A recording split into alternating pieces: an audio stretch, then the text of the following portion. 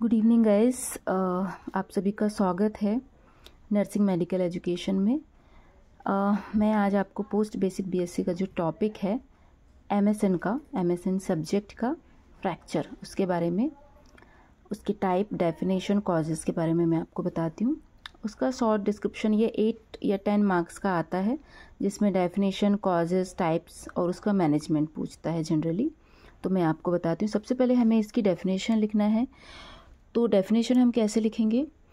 A fracture is a break in the continuity of a bone and is defined according to its type and extent. Fracture क्या है? Bone की continuity में एक break आ जाना, है ना। या फिर हम इसको एक छोटी डेफिनेशन और लिख सकते हैं, fracture is a break in any bone in the body. Body की किसी भी बोन में फ्रैक्चर हो जाना या ब्रेक हो जाना, उसे हम फ्रैक्चर बोलेंगे। अब कॉजेज़ में, कॉजेज़ जो मेन टाइप्स के इसके कॉजेज़ हैं, पहला है direct blows, crushing forces, sudden twisting motions, extreme muscle contraction. ये 4 टाइप्स हैं इसके, मेन ये 4 टाइप्स हम इसमें लिख सकते हैं। टाइप्स ऑफ फ्रैक्चर में complete fracture and incomplete fracture. तो कंप्लीट फ्रैक्चर में क्या होगा? A break across the entire cross section of the bone. Entire cross section of the bone मतलब कि 2 भागों में टूट जाना, cross section of the bone. Incomplete fracture में the break occurs through only part of the cross section, यानी bone के किसी पार्ट में फ्रैक्चर हो जाना। तो this is the incomplete fracture. अब इसको हम 2 भागों में और डिवाइड कर सकते हैं, अदर टाइप्स ऑफ फ्रैक्चर, एक close fracture and open fracture. तो क्लोज फ्रैक्चर में, जिसको हम सिंपल फ्रैक्चर भी कहते हैं, is one that does not cause a break in the skin. Close fracture जो होगा वो स्किन के अंदर होगा, स्किन के बाहर बोन नहीं दिखेगी। लेकिन जो ओपन फ्रैक्चर है, जिसको हम कंपाउंड और कॉम्प्लेक्स फ्रैक्चर भी बोलते हैं, is one in which the skin और mucous membrane would extend to the fracture bone. Bone जो है वो स्किन के बाहर आ जाएगी इसमें। Open fracture is graded according to the following criteria. इसको हम 3 ग्रेडेड में हम इसे डिवाइड कर सकते हैं ओपन फ्रैक्चर को। तो जो पहला जो ग्रेड है इसका, grade 1 is a clean wound less than 1 centimetre. 1 centimetre से कम हो वुंड तो ये ग्रेड 1 में आ जाएगा। Grade 2 is a layer wound without extensive soft tissue damage. Grade 3 में, third is highly contaminated, has extensive soft tissues damage and is the severe. तो third जो होगा वो नेचुरली सीवियर होता है ये, है ना। तो हम इसको जो 3 ग्रेड में डिवाइड कर सकते हैं। अब आते हैं हम इसके क्लासिफिकेशन में। हम अगर यदि पॉइंट टू पॉइंट लिखेंगे तो यदि 10 मार्क्स का है तो हमें 8 या 9 मार्क्स आराम से गेन हम कर सकते हैं। तो क्लासिफिकेशन में हम इसमें अच्छे से कलरफुल आप डायग्राम बना सकते हैं उसमें, ताकि अच्छे से आपको समझ में आए। मैंने ऐसे ही पेन से समझाने के लिए डायग्राम बनाया है। तो पहला है ग्रीनिस्टिक फ्रैक्चर। तो ग्रीनिस्टिक फ्रैक्चर में क्या होता है? A fracture is one which one side of a bone broken while the other is bent like a green stick। Bone क्या हो जाएगी? वो ग्रीन स्टिक की तरह मुड़ जाएगी। जो ग्रीन स्टिक होती है मुड़ी हुई होगी उसमें, तो इसलिए हम उसे क्या बोलते हैं? ग्रीन स्टिक फ्रैक्चर बोलते हैं। सेकेंड है स्पायरल फ्रैक्चर। तो स्पायरल फ्रैक्चर में आप लोग देख सकते हैं इसमें a fracture sometimes called torsion fracture in which a bone has been twisted apart. Twist हो जाती है तो ये स्पायरल फ्रैक्चर में आएगा। Third he communicated. कम्युनिकेटेड में मल्टीपल फ्रैक्चर हैं, जैसे कि a fracture in which bone is broken, splintered और crushed into a number of pieces. Next is transverse. ये ट्रांसवर्स फ्रैक्चर हो जाएगा, जैसे नाम से ही समझ में आ रहा है। A fracture in which break is across the bone at a right angle to the long axis. Okay. And next one is a compound fracture. So compound fracture is which the bone is sticking through the skin, also called an open fracture. Okay ये भी compound और open fracture is same, क्योंकि skin के बाहर just निकल के आ जाता है, इतना बुरी तरीके से क्रश होता है, स्किन डैमेज होती है, मसल डैमेज होती है, एंड बोन जो है वो बाहर दिखने लगती है स्किन के। ओके। नेक्स्ट इज है कंप्रेशन। कंप्रेशन यानी कि जो ये डिजीज कंडीशन में होता है, a fracture caused by compression, the act of pressing together compression, और fracture of vertebrae are especially common with osteoporosis. तो ये जो कंप्रेशन है ऑस्टियोपोरोसिस में होता है, प्रेशर की वजह से होता है, कंप्रेशन की वजह से ये फ्रैक्चर फॉर्म होता है। अदर टाइप्स के भी फ्रैक्चर हैं जैसे avulsion, depressed, epiphyseal, pathologic and stress. तो दिस आर नॉट इम्पॉर्टेंट, बस इसके बारे में आप इतना इसकी हेडिंग भी डाल देंगे तो भी सफिशिएंट है, क्योंकि 10 मार्क्स में अभी हम हर चीज़ को डिस्क्राइब नहीं कर पाएंगे। इसका pathophysiology is very important, pathophysiology लिखना बहुत ज़रूरी। तो पैथोफिजियोलॉजी में हम सबसे पहले पॉइंट टू पॉइंट हम लिखेंगे एरो बना के, तो हमें पैथोफिजियोलॉजी से ही हमें 5 मार्क्स हम गेन कर सकते हैं। तो सबसे पहले हम लिखेंगे due to any etiology crushing movement, bone में क्रश हुआ या किसी भी वजह से बोन फ्रैक्चर हुई। फ्रैक्चर अकर्स हुआ, muscles that were attached to the bone are disrupted and cause spasm. अब ऑब्वियसली जो स्पाज्म है वो कॉज हो जाएगा क्योंकि उस जगह पर चोट लगी है, मसल्स जो है वो इंजर्ड हुई है। फिर जो क्या होगा, जो proximal portion of bone remains in place, the distal portion can become displaced in response to both causative force plus spasm in the associated muscles. तो जो ऊपर का जो हिस्सा है, ऊपर का जो बोन का हिस्सा है वो क्या हो जाएगा, अपनी जगह पे रहेगा, लेकिन जो नीचे का हिस्सा है वो डिस्प्लेस्ड होगा और क्या होगा, positive spasm, associated muscles, spasm form होगा। In addition the periosteum and blood vessels in the cortex and marrow are disrupted. Cortex and marrow क्या हो जाएंगे, डिसरप्टेड हो जाएंगे।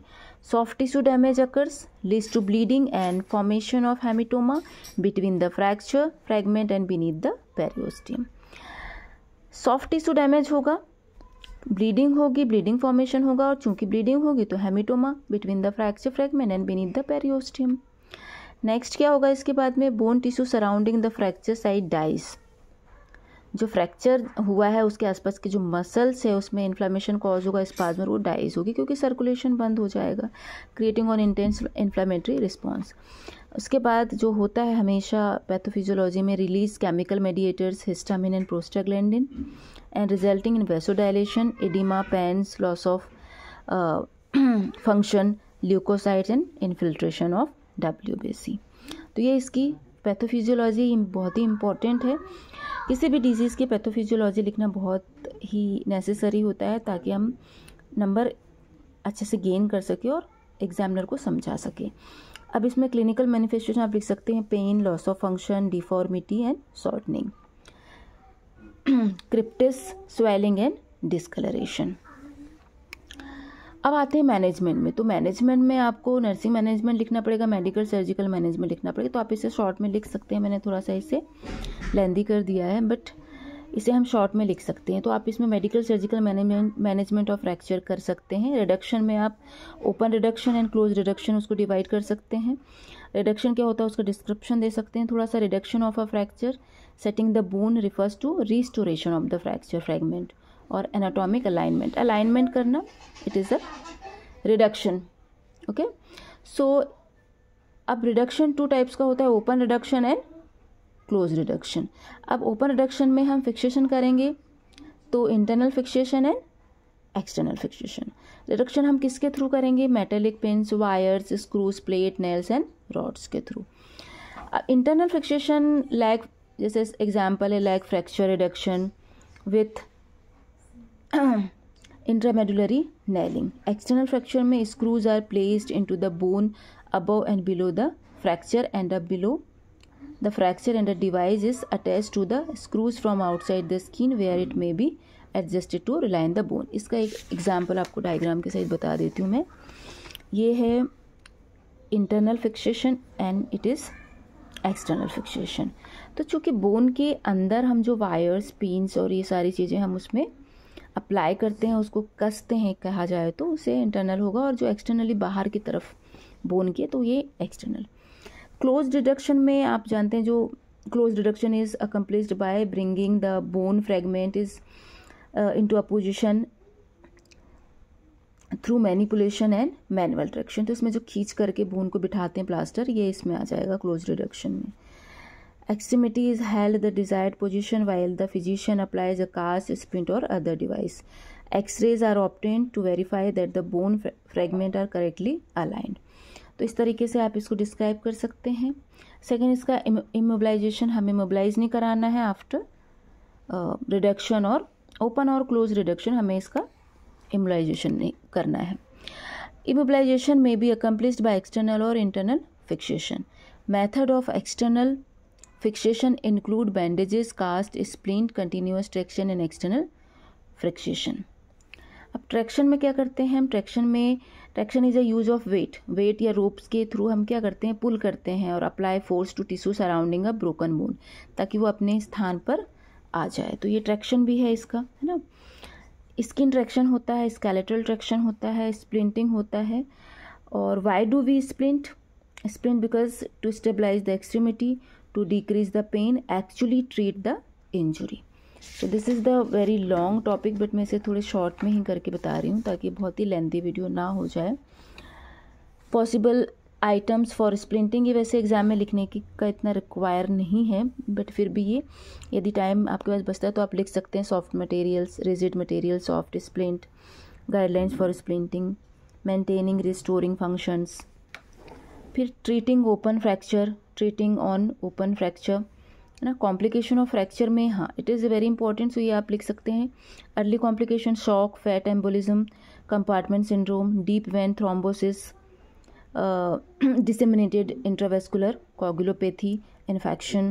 Delayed complication में delayed union and non-union, avascular necrosis of bone, reaction in internal fixation device, compartment syndrome. So that is the complication. तो आप इतना लिख सकते हैं. कंप्लीट इसमें नर्सिंग मैनेजमेंट और इसमें ऐड करना है.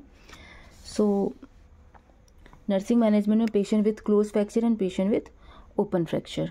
So exercise to maintain the health of unaffected muscle for using assistant device and leg crutches, walker. So हम नर्सिंग मैनेजमेंट में तो लिख सकते हैं कि हमें मोबिलाइज नहीं कराना है, एक्सरसाइज कराना है, बट अदर पार्ट्स की उस जिस जगह पे फ्रैक्चर हुआ है वहाँ की नहीं. पेशेंट विथ ओपन फ्रैक्चर में administer tetanus prophylaxis of indicated wound, irrigation and debridement in the operating room are necessary. Intravenous antibiotics are prescribed to treat infection.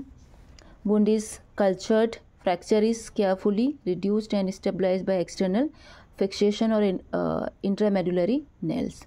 Any damages to blood vessels, soft tissues, muscles, nerves and tendons is treated. So these are the overall fractures, treatment, management and types. तो okay, thank you. यदि आपको पसंद आया तो मैं आगे और video ऐसे ही अपलोड करूँगी. Thank you.